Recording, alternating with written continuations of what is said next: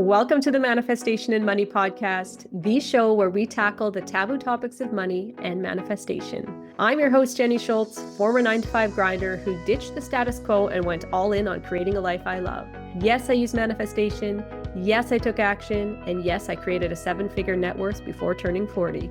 Every week, I'll bring you inspiring stories with money mavens and manifestation masters. From learning how to make more, save more, and grow your wealth to unlocking the power of manifesting your dream life. I am so excited to play in this space with you. Let's jump into creating a life you love. All right. Welcome back to the Manifestation and Money podcast. How are you all doing now that we're halfway through winter break and Christmas is winding down? I personally completely overdid it on Christmas treats, and I'm wearing my extra cozy pants today. We actually had a fair bit of snow show up here this week, which was lovely for the holidays to be living in this winter wonderland. And the snow is still here while I'm recording today, and it's adding just an extra cozy vibe.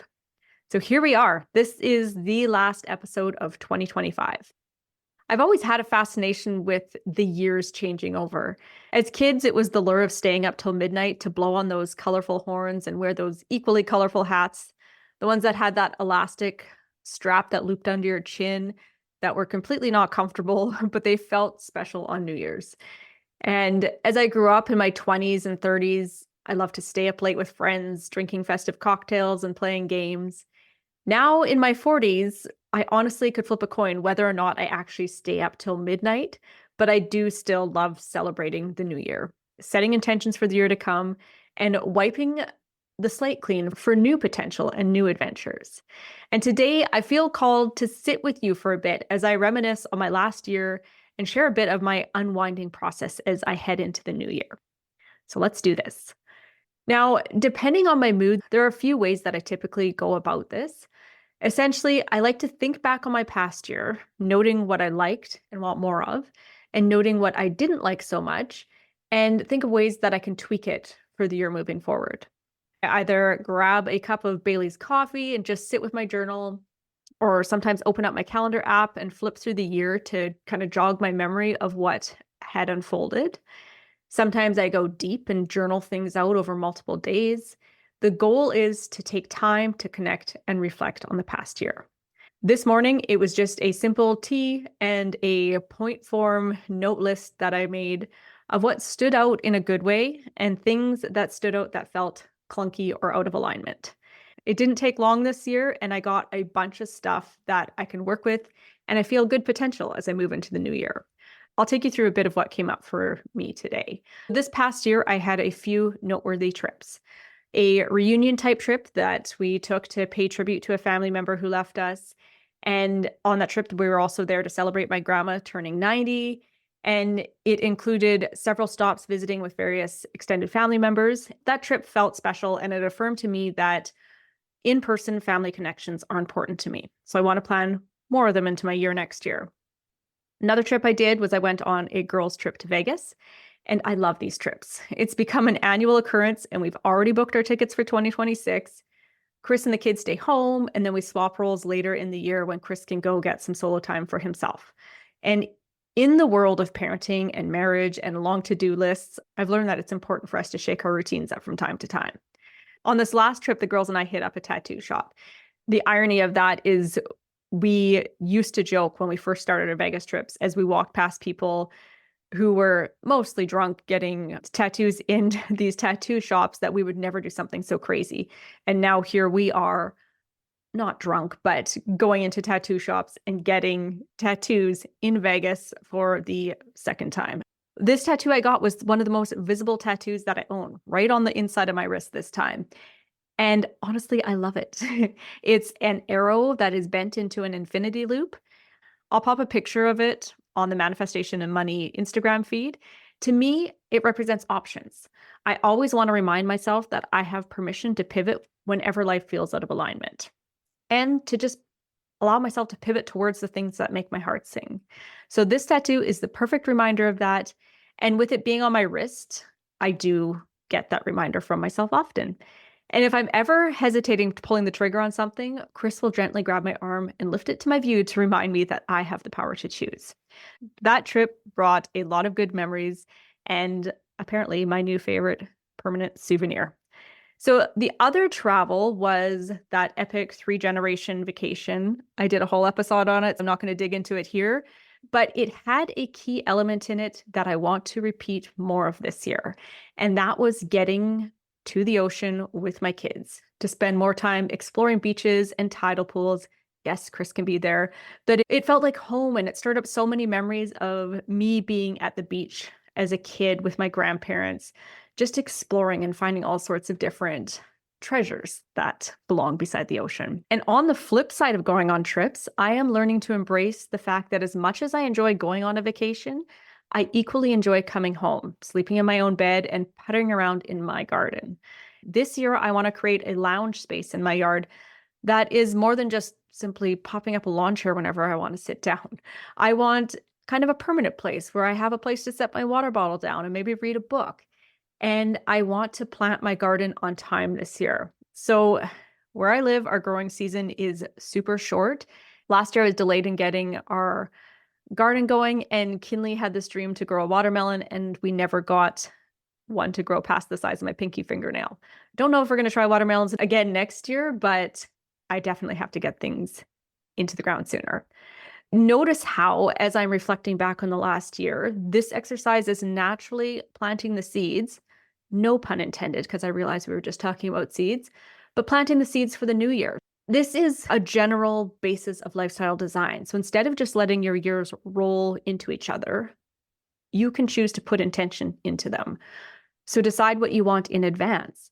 I hesitate to joke that people put more intention and effort into planning a 2-week vacation than they do for planning the rest of the 50 weeks of the year, but that is often true.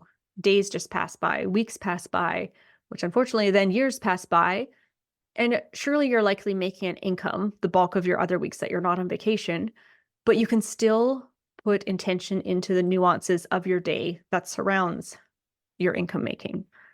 So when we're looking back at a year and see patterns that were good or patterns that are not so great, we can make little tweaks to set ourselves up for more of the good stuff moving forward. I also like to think in terms of categories when I'm looking back at the year, things like health, wealth, and relationships.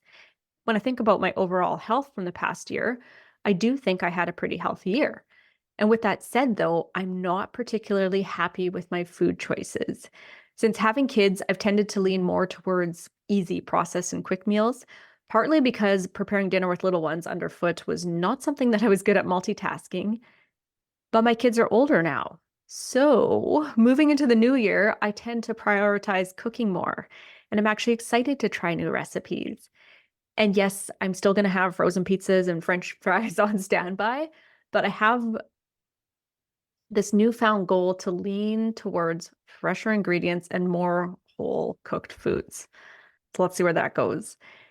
And another thing that I've been working on that I want to carry into this new year is not committing to things simply because I feel obligated to do so.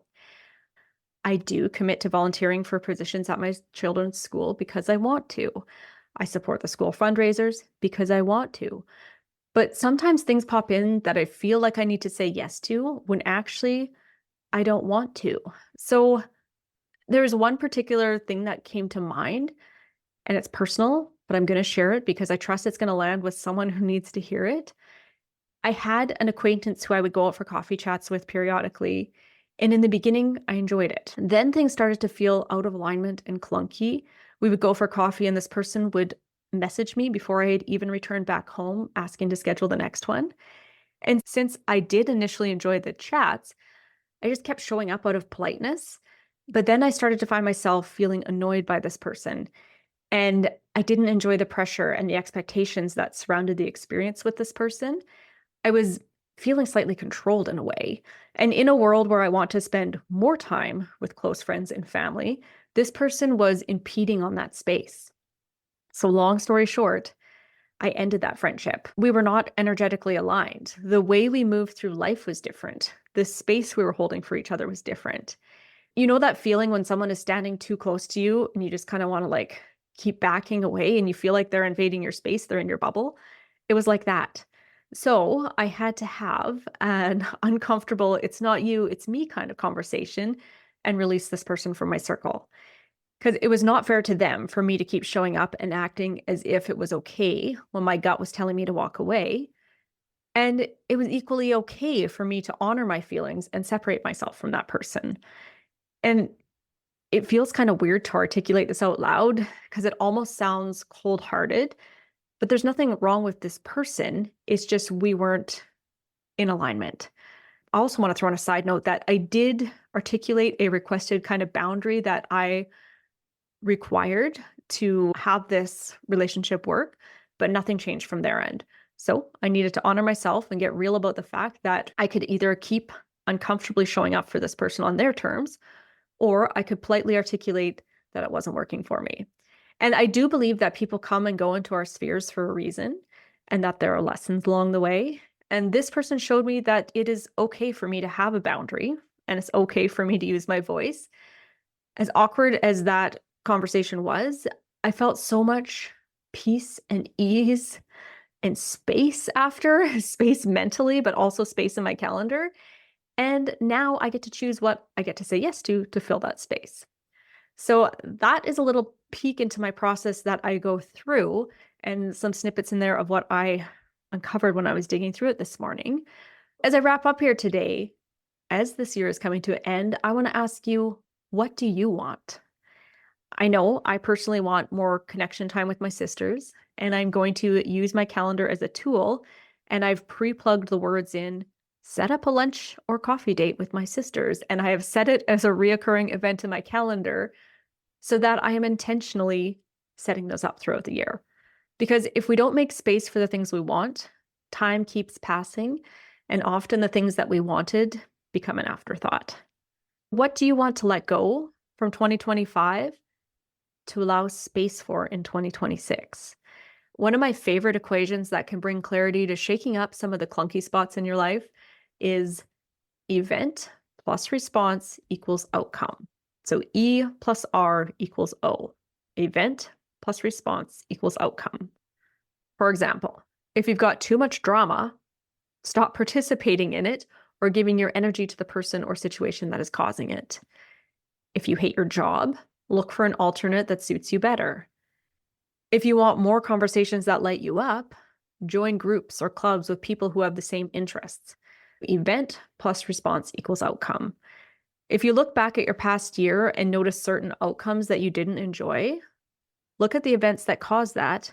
Notice what your response was to generate that outcome. Take ownership for it.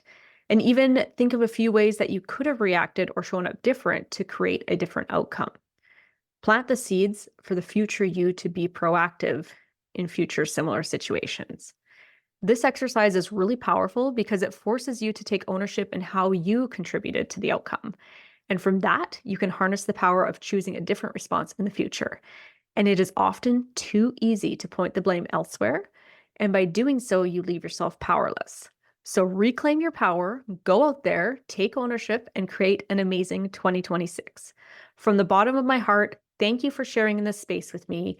Thank you for showing up. I appreciate it. And I trust that together we are making a difference in our circles, showing up a little bit brighter, standing a little taller, loving more unconditionally, sharing more joy, and saying yes to taking on your big, bold dreams and goals. In January, I'm running a Dream Bigger challenge. It is the perfect reset as we let go of what was bogging us down in 2025. And it is intended to set you up to run with your big, bold goals into 2026. It'll be happening inside the Manifestation Playground. I'll be dropping links when it goes live. I wish you a safe and wonderful new year. See you next week.